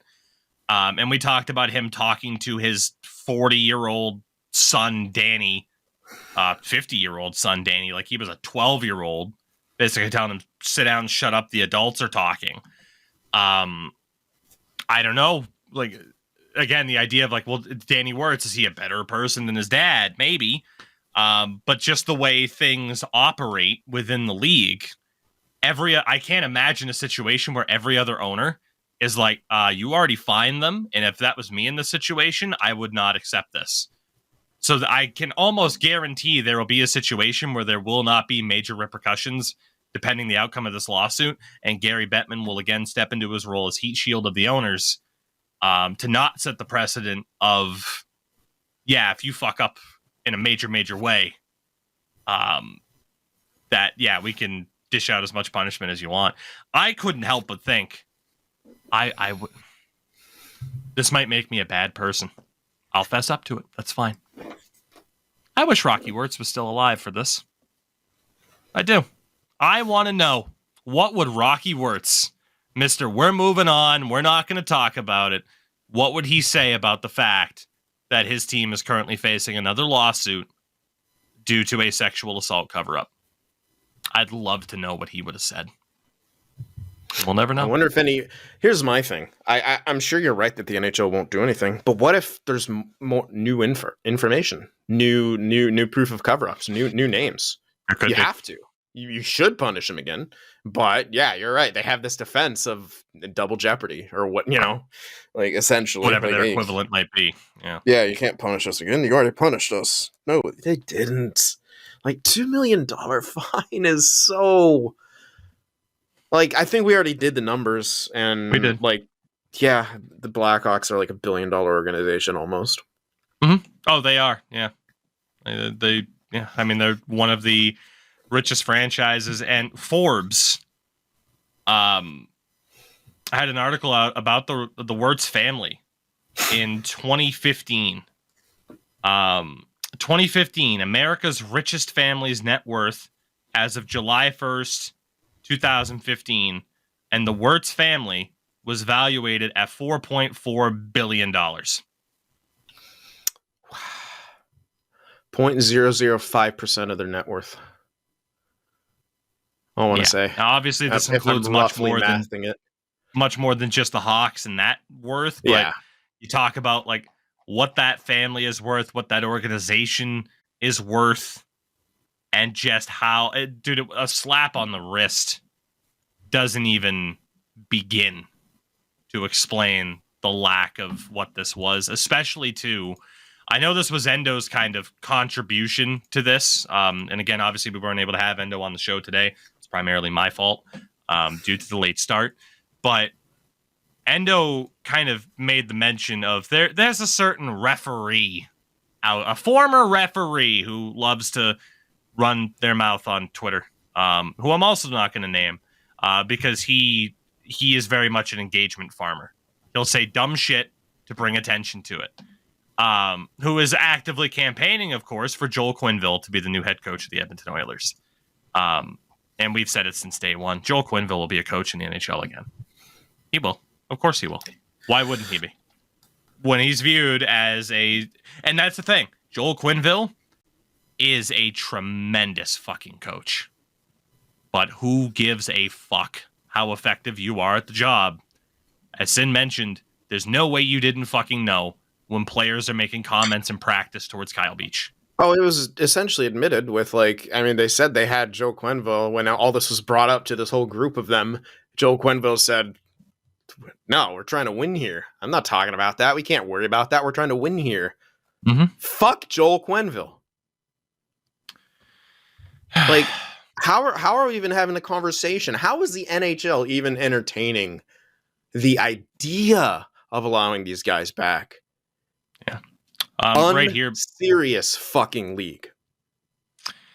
On October 26, 2021, an independent investigation into how the Hawks responded to claims that former video coach piece of shit sexually assaulted Kyle Beach during a 2010 Stanley Cup playoff run revealed that Quenneville and the rest of the Hawks senior leadership team opted to defer any action on piece of shit until after the Stanley Cup final. According to the report, Quenneville was particularly concerned about it causing a distraction before the finals. Piece of shit was allowed to quietly resign after the fact and subsequently pled guilty to assaulting a player at a Michigan high school where he was a volunteer coach. Quenneville had previously claimed he had no knowledge of piece of shit's misdeeds before Beach and the high school player sued the Hawks, but multiple witnesses have stated he was called into a meeting to discuss piece of shit shortly before the Hawks defeated the Sharks in the 2010 Western Conference Finals. But again, there are those assholes out there who's going to be like, oh, he's a great coach, he can help us win. This whole story, while it's not at the forefront of the NHL anymore, it's not going away. And, there are the Hawks fans out there who are smooth-brained, who how they'll respond to any critique of their team. And they're the ones so out weird there. How so many use burners too. Like, if you're so fucking proud, say it on main. Yeah. But I do know Hawks fans that are out there, though, who are just like, man, I've been a lifelong fan of this team, and it sucks, and they don't know how to feel, because it's like, I want to be happy about Connor Bedard and support my team, but then there's this. That kind of shout out to Wally something. Wally Maz. I almost said Wally Mrazek. Yeah. Wally Maz. There you go. good Twitter follow with a lot of Hawk stuff, and he's, actively saying, yeah, this is fucking wrong all the time, which is good. And I'd like to see that a lot more from a lot of Hawks fan instead of the typical lol cry, we have Bedard, lol cry, we're never getting our cups taken away. Right. Yeah, and I mean, I think too, it's just that idea of, God, there's just so much to it, honestly. I think our thoughts are out there at this point. Yeah. Like I said, I knew that topic in particular would make for an awkward kind of pacing to the show, where it's like, man, this team sucks, don't they? Also, here's this kind of crazy thing, and hey, let's celebrate the Ducks. Yeah. Hopefully people feel as though we handled it in a positive way. And, I always kind of worry about that myself. I'm like, okay, the pacing of the show, like, could we have done better and stuff like that. I'm still way too tired from this weekend to be able to be it sets the mood for our final topic, so. It does. We will Speaking adjust of back. Embarrassments. Yeah, so we will adjust back to the hockey side of things here. We've made you guys wait long enough for this one, and it'll allow us to end the show on a somewhat comedic note as well. Ladies and gentlemen, it is the moment that you've all been waiting for. The time is nigh. Let's talk about the San Jose Sharks. Sin, how do you want to handle this? Do you just want to go, or do you want me to bring up certain aspects and then just have you? What do you think? Let's tell a story. Let's tell a story, a two-part story, where the Canucks come into the Sharks building, flying high, and the Sharks have been awful. But guess what? We had a few days rest. The Canucks come out and make the Sharks look like an ECHL team. Again and again and again. And you have it right there. In one game, the Canucks scored more goals than the San Jose Sharks had scored all season, and that was their 10th game. Yeah. Or 9th game. So, there's a lot to dissect in that. It sucks getting blown out. It sucks even more getting blown out on your home ice in front of your fans. But, San Jose managed that. In the game, during the 6th goal that Vancouver was scoring, and it was Mickey, doesn't matter who was it, Kakkonen, as he slid over to make the save, got clipped in the head by the goal scorer. And as that happened, all the Sharks sadly saunter off the ice after the goal is scored. Kakkonen is clearly shaken up. 5 Canucks skaters surrounding him, checking if he's okay. Not a single Shark in sight. After this already happened to Blackwood, and there was zero response from the Sharks. You get blown out 10-1. Your goalie gets run, essentially. There's no response, and you're not checking on a guy who's injured. No one even skated out afterwards, after they can clearly see. Only the trainer came out. It was the most embarrassed I've ever felt as a Sharks fan. Your goalie, who you've left out to dry 6 times over now, got run into on a goal. And no response. After the fact, all the Sharks said, you never saw it. We already talked about this once when Blackwood, we would have done something. We would have had a response. We've talked about this, blah, blah, blah, blah. I don't want to fucking hear that. Kevin LeBanc, look at the replay. He's right there. He watches it happen. And sad boy skates away. Fine. You get the benefit of fucking doubt. All right. Cool. All the interviews afterwards is the most embarrassing loss I've ever experienced as a Sharks fan. We got to get to practice. We got to get back to work. We got to come back and have a response. Next game. You're playing the 6-3-0 Pittsburgh Penguins. What do? You come out in the first period. You're looking to set the tone. You're Anthony Duclair. You shove fucking Erik Karlsson about 20 times and take a penalty. Pens score. But you have a really good first period. You're still down 3-0, though. What the fuck? Why does this keep going wrong? Time for the second period. Are we still pissed? Absolutely not. We are the San Jose Sharks of 2023, and we are defeated already after 20 minutes because we know we haven't scored more than 3 goals in a game. We only did that once. And you just sit back and allow your goaltenders, including Mackenzie Blackwood, who has stood on his head numerous times this season trying to keep you in fucking games, and you let him get absolutely shelled. What do you say when you've had the 2 most embarrassing losses of your hockey career one after another? Well, Anthony Duclair said not enough people are pissed off, need to be engaged and ready to go from the puck drop. That's all well and good, but maybe also don't take a penalty in the first minute of the game. But I agree. Get fucking pissed. You saw Giovanni Smith in that game against the Pens trying to get something going, but they're already up by 5 or 6 every time you tried to fight someone. So, yeah, Pens aren't going to fight in that situation. It is the most brutal time to be a Sharks fan. Because it's not just like what happens on the ice. It's what happens everywhere. Everyone is loving this, being able to dunk on the Sharks as hard as they are. People saying relegate them. People saying strip their first. Like, make an example of this team that is actively embarrassing the NHL. And in the moment, it's pretty hard to disagree. It's what the fuck are we doing?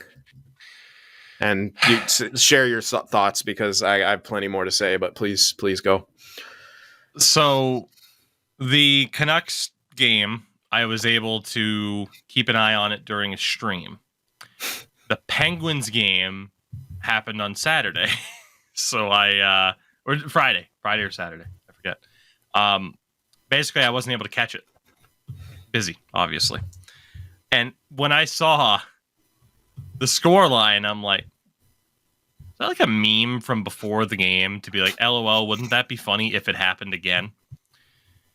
And then I found out it wasn't a meme.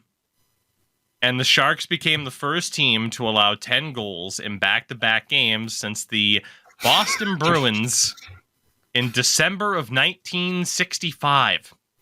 Back when goalies didn't know how to use the butterfly because the butterfly wasn't even a concept.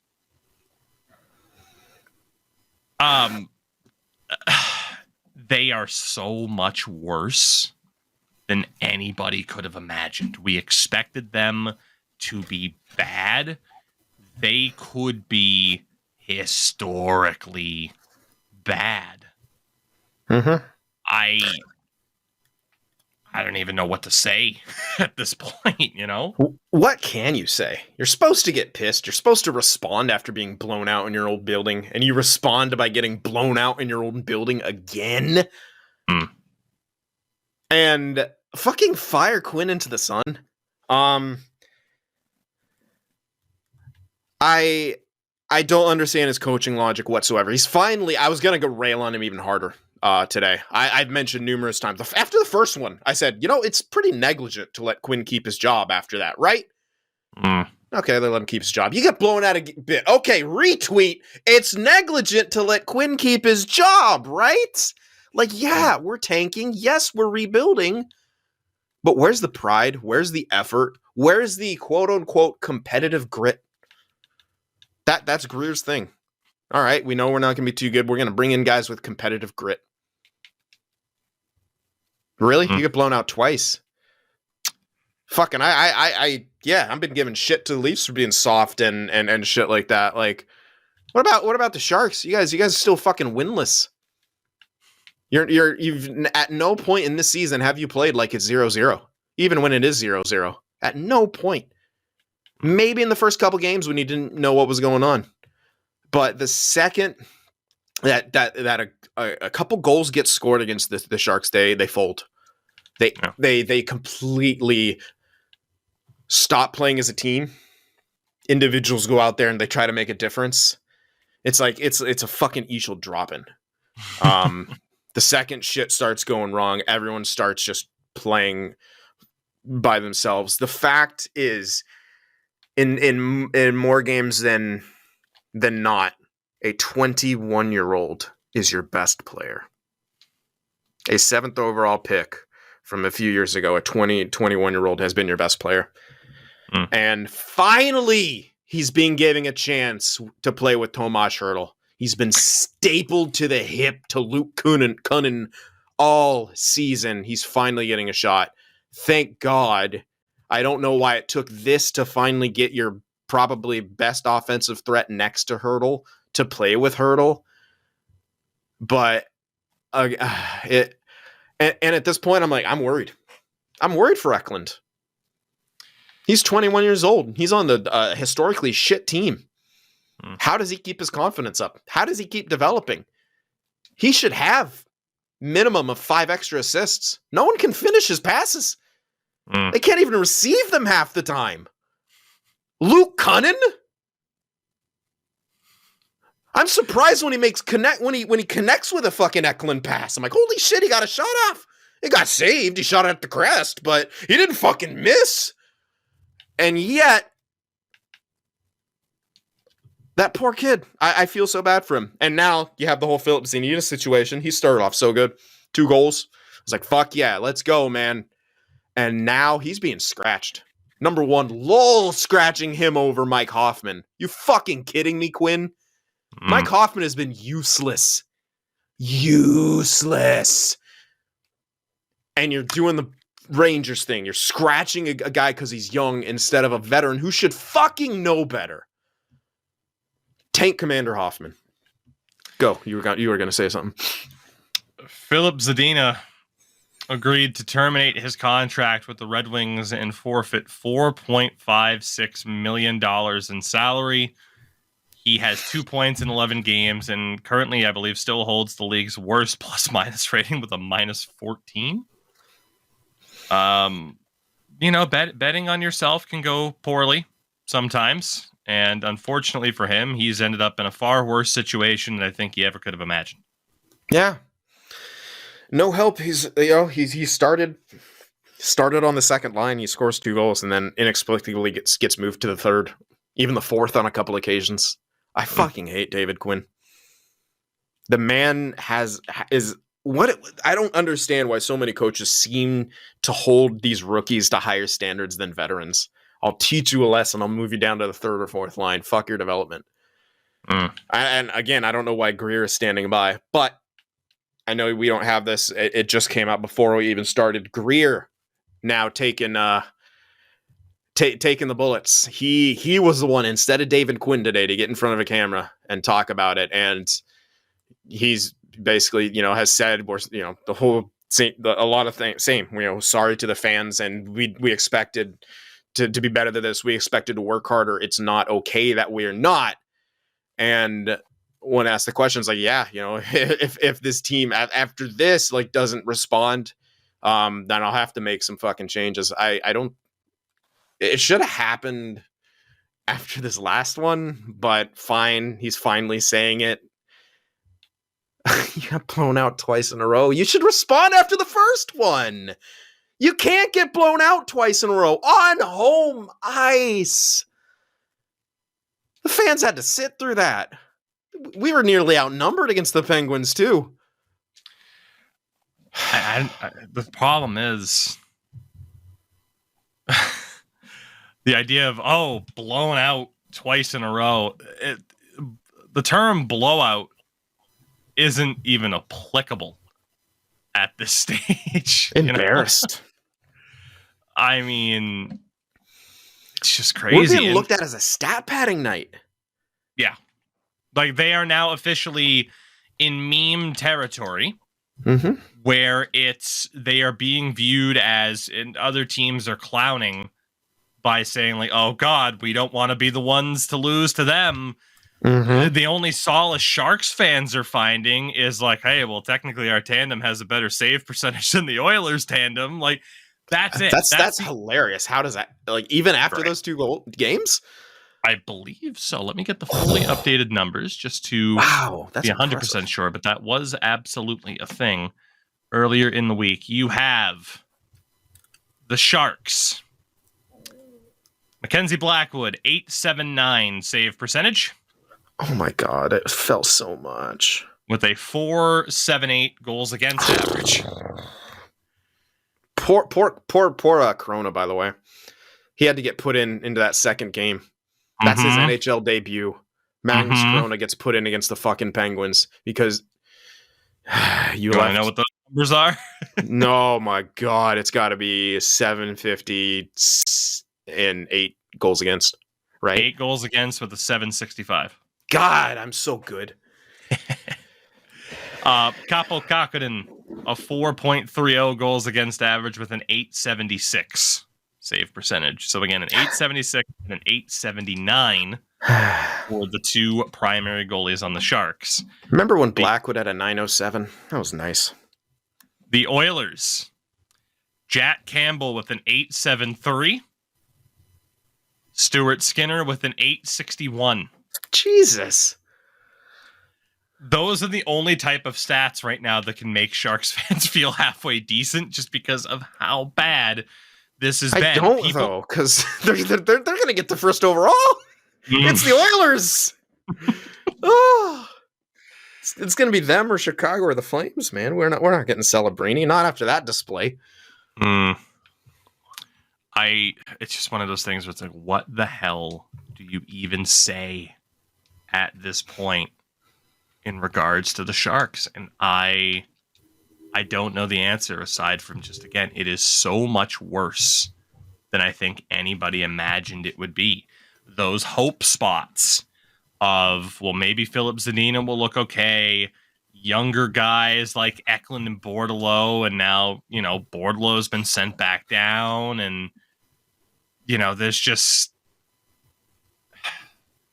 there's a bad team being bad, and then there's a bad team underperforming, because they shouldn't be this bad.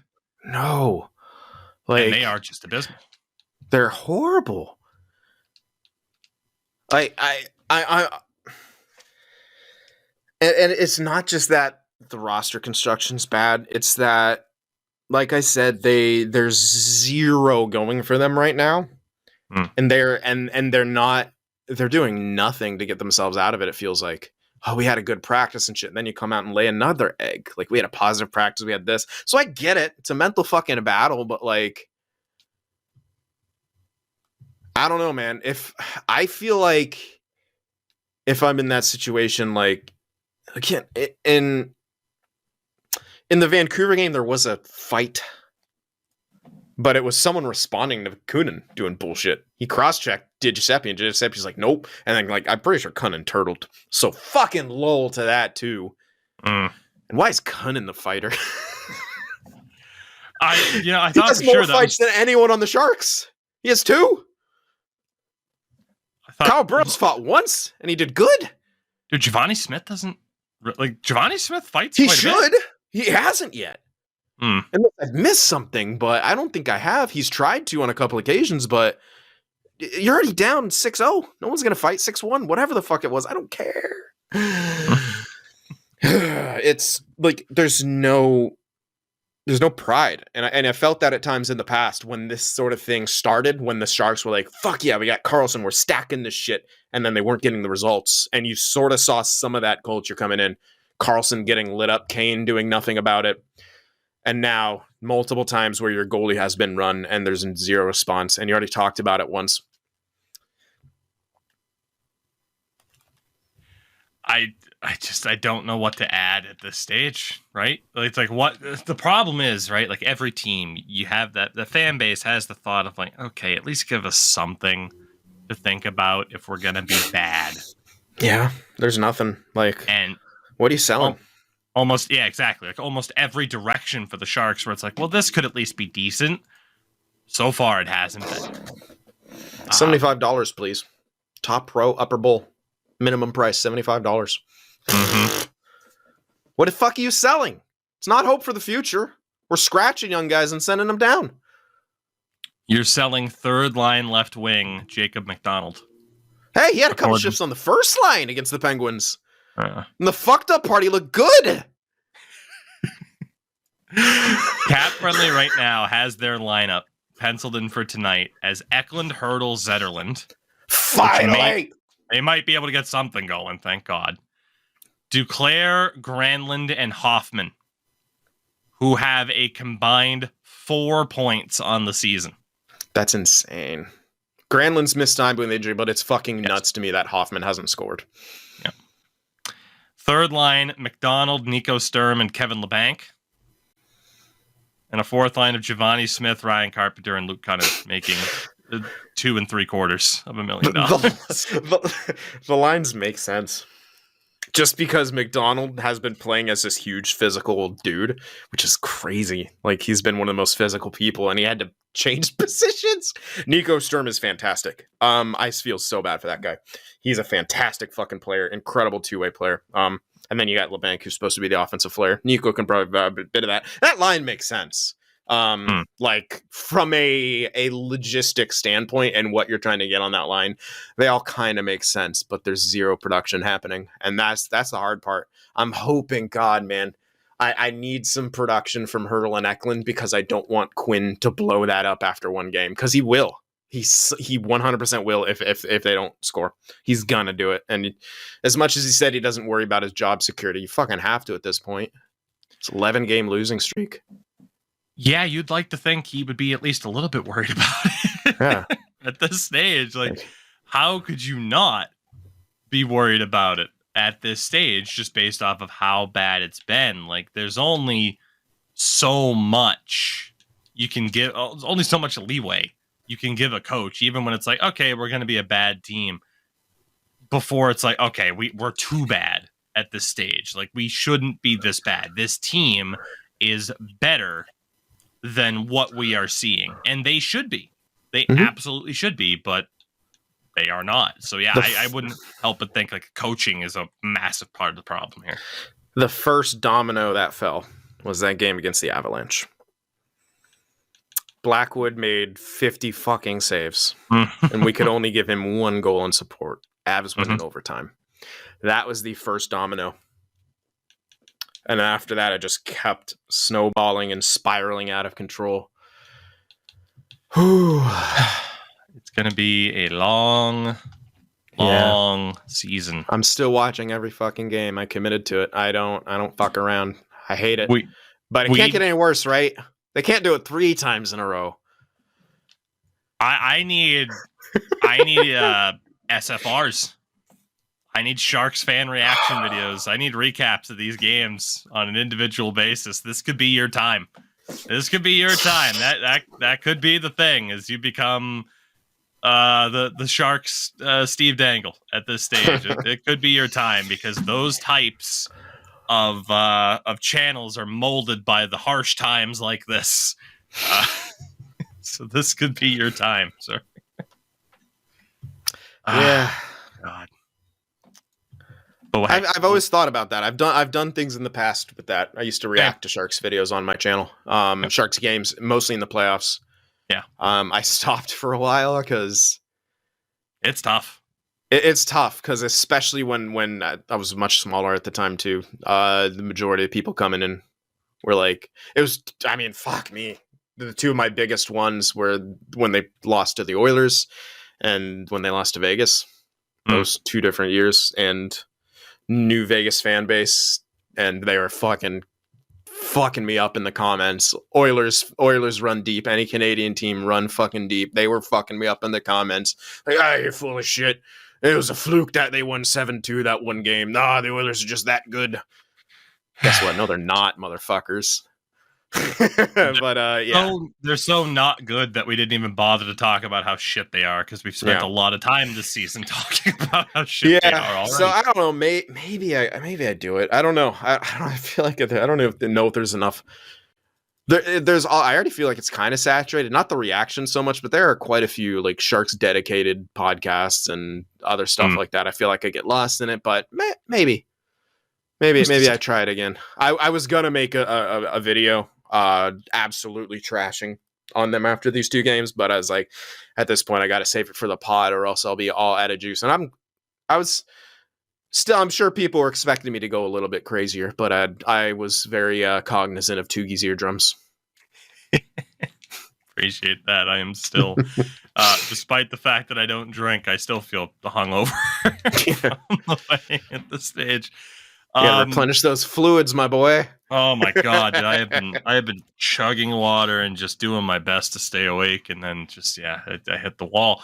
That said, it was nice to kind of have this, bulkier show here because it is going to be our only show of the week at this stage. Again, I'm going to be taking some time away the back half of this week, so we will be back next Monday, November the 13th, to try and cover the biggest stories of the upcoming week, and that scares me because, again, we went 4 or 5 days between shows, and this much happens, and it just seems to be the lay of the land in the hockey world right now is just things changing at a breakneck pace, really. So we will see what comes up in between now and then. For now, of course, even though he wasn't able to join us, make sure to follow Endo at Endurance M. The links are in the description, whether or not you're watching this on the YouTube side of things or listening on your audio platform of choice, of course. And hey, if you're on the audio side of things, rate the podcast. Help your boys out a bit. And if you're watching on the YouTube side of things, subscribe, like the video. What's the matter with you? Sin, anything else you wanted to add today, or is it just more beautiful self-promotion?